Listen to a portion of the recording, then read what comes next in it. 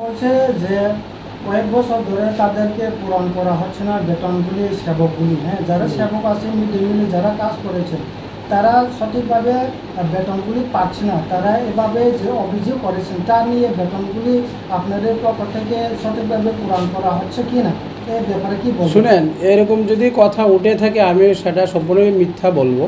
কারণ হলো কি, তা এই যে আমি প্রথমে বলেছিলাম যে মিড ডে মিল কর্মীদের যারা স্কুলের কুক কাম হেল্পার, ঠিক আছে, তাদের যে অনারিয়াম যেটা আমাদের দপ্তর থেকে যেটা স্যাংশন দেওয়া হয়, ঠিক আছে, প্রত্যেক মাসে দেওয়া হয়, সেটা কখনো কোয়ার্টারলি আসে, কখনো 2 মাস পরে আসে।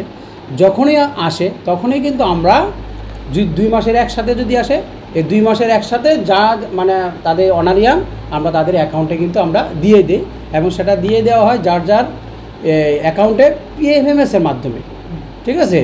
তো সেরকম যদি কোনো প্রমাণ করে থাকে যে কোনো কুক কাম হেল্পারের অ্যাকাউন্টে বেতন ঢুকেনি, তাহলে সেটা জমা দিতে পারে।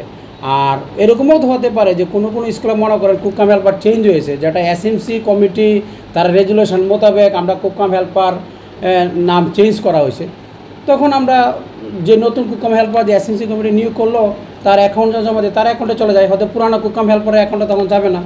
আমাদের স্কুলের অধীনে যতজন কুক কাম হেল্পার আছে আমাদের কাছে তো রেকর্ডই আছে, প্রত্যেকের অ্যাকাউন্টে টাকা যাচ্ছে। এবার টাকা যাচ্ছে, তারা ব্যাঙ্ক অ্যাকাউন্ট চেক করো, কখনো কখনো যায়নি, এটা আবার কী কথা? সেটা তো মানে কি বলবো, সেটা মানে অবিশ্বাস্য কথাবার্তা, এরকম হতেই পারে না। আপনারা ব্যাঙ্ক অ্যাকাউন্ট তাদের চেক করতে পারেন। আমাদের অফিসে যে আমরা স্যালারির যে বিল করছি, স্যালারি বলবো না, তাদের যে অনারিয়ামের যেটা দেওয়া হচ্ছে বাই নেম, সেটা আপনারা চেক করতে পারেন, তাহলে তো আপনারা প্রমাণ পেয়ে যাবেন। হ্যাঁ, আর এখানে আরও বলি, সেটা এরকম না যে কোনো সরকারি কর্মচারীর মতন তারা রেগুলার বেতন যে প্রত্যেক মাসেরটা মাসে পাবে, এরকম না। যেমন ধরুন গত জুলাই এবং অগাস্ট, নাকি জুলাই এবং অগাস্টের তাদের যে অনারিয়াম যেটা এসেছে আমাদের কাছে, আমরা যথারীতি উইদিন 2 days, আমরা 2 দিনের মধ্যে কিন্তু আমার MDM সেকশন থেকে সেই বিলটা করে PMS-এর মাধ্যমে যার যার অ্যাকাউন্টে আমরা টাকা ঢুকিয়ে দিয়েছি, ঠিক আছে। এখন চলছে সেপ্টেম্বর মাস, তো সেপ্টেম্বর মাসে যখন টাকা আসবে যথারীতি সময় আমরা দিয়ে দেবো।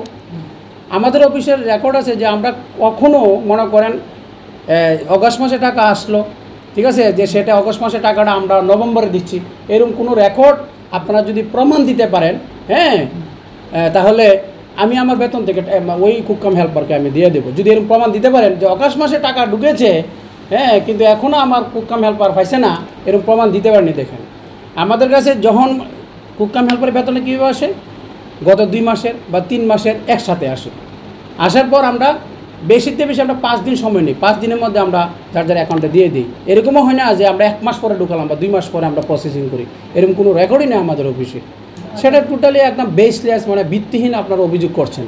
হ্যাঁ, শেষের কোশ্চেন স্যার, বলেন। তারা বলছেন যে যদি তাদেরকে যারা পাওনে, হ্যাঁ, সঠিকভাবে যদি তাদেরকে বেতন পূরণ না করলে তারা আবার নেক্সট স্টেপ বা নেক্সট দিনে তাদের শুনেন বৃহত্তর আন্দোলন চলবে। হ্যাঁ, সেটা কি বলবেন? হ্যাঁ, ঠিক আছে, এটা যারা কুক কাম হেল্পার তারা বৃহত্তর আন্দোলন যাবে, তাদের বেতন যাতে বৃদ্ধি না করা হয়। হ্যাঁ, সেটা এখানে অ্যাকচুয়ালি আমি একজন জাস্ট স্কুল ইন্সপেক্টর হিসেবে আমার বলার মতো অনেক কিছু নাই। হ্যাঁ, এটা ওসব কমিটির বা তাদের ব্যাপার, সেটা তা করতেই পারে, এটা সরকারের সিদ্ধান্ত নেবে, এটা সরকারের ব্যাপার, এটা তো আমরা সিদ্ধান্ত নেওয়ার কেউ না, আমরা সিদ্ধান্ত নিতেও পারবো না। হ্যাঁ হ্যাঁ, ঠিক আছে, আবার আশ্বাসও দিতে পারবো না, হ্যাঁ তো আপনাদের বা আপনাদের দাবি আমরা দেখি চেষ্টা করবো পূরণ করতে, এটা আমরা এরকম আশ্বাসই দিতে পারবো না, এরকম আমাদের কোনো ক্ষমতাই নাই, ঠিক আছে। এটা টোটালি গভর্নমেন্টের ব্যাপার যে গভর্নমেন্ট বৃদ্ধি করবে কিনা। আর আমি সেটা আগেও বলেছিলাম যে বিগত কয়েক বছর যাবৎ, মানে কয়েক বছর কি অনেক বছর যাবৎ তাদের ছিল অনারিয়াম ছিল কত 1,500 টাকা, ঠিক আছে। অথচ গত ডিসেম্বর 2022-এর ডিসেম্বর মাস থেকে তাদের বেতন বলবো না, অনারিয়াম আরও 1,000 টাকা বৃদ্ধি করা হয়েছে। এখন 1 বছরে পূর্ণ হয়নি, তারা 2,500 টাকা করে প্রতি মাসে পাচ্ছে, ঠিক আছে। তারা এরকম না যে সরকারের ডাইরেক্ট অ্যাপয়েন্টেড কর্মী না যে তাদের বেতন বৃদ্ধি করা হবে বা আমরা কিছু বলতে পারবো। হ্যাঁ, আমি তো আগেই বললাম সেটা টোটালি একটা প্রত্যেক স্কুলের SMC কমিটি নিয়োগ করে যে কে ওই স্কুলে রান্না বান্না করবে, ঠিক আছে। যে কোনো একজন মানে মহিলাকে কুক মাদার হিসেবে তারা অ্যাপয়েন্টেড করতেই পারে, আবার তারা চেঞ্জও করতে পারে। এটা SMCর উপর ডিপেন্ডেন্ট, এটা আমাদের IS-ও আমরা বলতে পারবো না কোনো স্কুলে যে অমুক কুক কাম হেল্পারকে চেঞ্জ করে দাও, এটা আমরা IS অফিস থেকে বলার কোনো ক্ষমতা নাই। ঠিক আছে। এবার মনে করেন ওনারা আন্দোলনের মাধ্যমে বেতন বৃদ্ধি করতে হবে, সরকার যদি ডিসিশন নেয় আমাদের কাছে পয়সা যখন আসবে আমরা দিয়ে দেবো। হ্যাঁ, এটা তো আমরাও বুঝতে আমরাও বেতন দিই না, আমাদের কাছে যার নামে টাকা আসে তার নামে আমরা তার অ্যাকাউন্টে আমরা দিয়ে দিই। এই হলো ব্যাপার।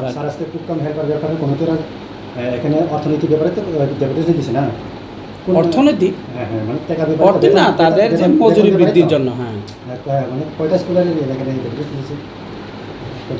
কয়টা স্কুল ডেপুটেশন দিছে এটা তো আমি বলতে পারবো না ভাই। এখানে তো আমি আমার অফিস থেকে দেখলাম। আপনি তো রিসিভ লেখা আছে না? হ্যাঁ, না না, রিসিভে কোনো লেখা নাই, রিসিভ তো আমি করিনি।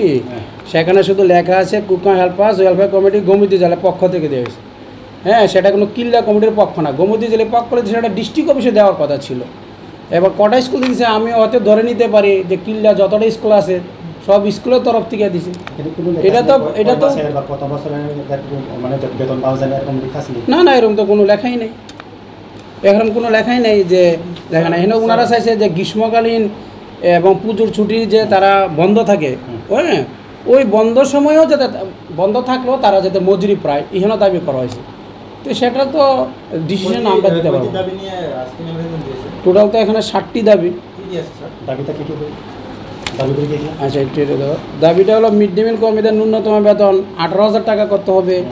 তারপরে 10 মাসের পরিবর্তে 12 মাসের, যেটা আমি বললাম যে তাদের অ্যাকচুয়ালি মিড ডে মিল যারা কর্মী আছে তাদেরকে 10 মাসের মজুরি দেওয়া হয়।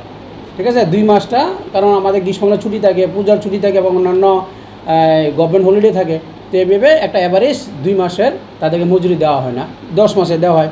এবং প্রত্যেক মিড ডে মিল কুকম হেল্পার 10 মাসের মজুরি পাচ্ছে। ঠিক আছে, তারা বলছে যে না 12 মাসে দিতে হবে। নাম্বার 3 হলো মিড ডে মিল কর্মীদের বার্ষিক বোনাস দিতে হবে। তারপরে বলা আছে যে কর্মীদের প্রতি মাসের বেতন প্রতি মাসেই দিতে হবে। সেটা যখন দপ্তর থেকে যদি প্রতি মাসেরটা আগে চলে আসে, আগের মাসে চলে আসে, তো দিতে আমাদের কোনো আপত্তি নেই। ঠিক আছে, এবং প্রতি মাসে দিয়ে অ্যাকচুয়ালি দেওয়া হচ্ছে, হয়তো অগাস্ট মাসেরটা দিতে পেতে পেতে তার সেপ্টেম্বর মাস চলে যাচ্ছে, এরকম হয় যদি ফান্ড যদি দেরিতে আসে। তারপর আছে অনিয়মিত মিড ডে মিল কর্মীদের নিয়মিত করতে হবে। হ্যাঁ, আর এরকম কোনো আমার রেকর্ডও নাই, আমি যতটুকু জানি আমার কিল্লা এরিয়াতে যে কোনো মিড ডে মিল কর্মী নিয়মিত আছে কি না সেটা আমি জানি না। তারপর আছে মিড ডে মিল কর্মীদের ছাঁটাই করা চলবে না, সেটাও একটা ভালো। মিড ডে মিল কর্মীদের পেনশন চালু করতে হবে। অর্থাৎ টোটাল 60টা দাবি আছে। এই 7টা দাবিগুলো আপনি যারা ডিভিশন দিয়েছেন তাদেরকে কী বলবেন আপনি? না, আমি কী বলবো, আমি তো প্রথমে বললাম যে ঠিক আছে আপনারা যে দাবি সনদ তুলে দিয়েছেন সেটা আমরা আমার যে ইমিডিয়েট হায়ার অথরিটি ওনার কাছে আমরা ফরওয়ার্ড করে দিয়ে দেব, এটাই আমার কাজ। আমার সেখানে কোনো আশ্বাস দেওয়ার, হ্যাঁ, তাদেরকে কোনো রকমভাবে কি বলবো যে আশ্বাস দেওয়ার মতো আমার কোনো অধিকারই তো নাই।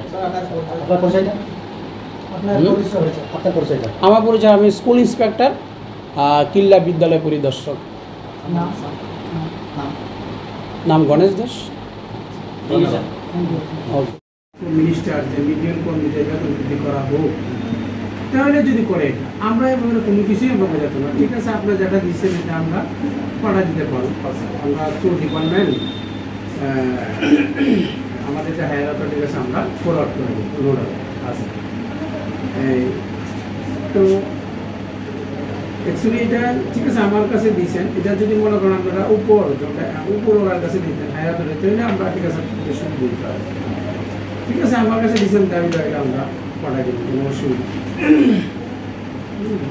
মিড ডে মিল আরেকটা বলি, যারা মিড ডে মিল কর্মী হেলথে অ্যাকচুয়ালি কিন্তু এই স্কুলের যে রান্না করা হয় কিছুক্ষণের সময়ের জন্য, এটা এরকম না যে গভর্নমেন্টের একজন এমপ্লয়ির মতো, হ্যাঁ, যে তারা 10টা থেকে 5:30 অবধি কাজ করে, এরকম তারা আমার একটা এসে কী বলবো DRW staff, daily rated worker, daily rated worker.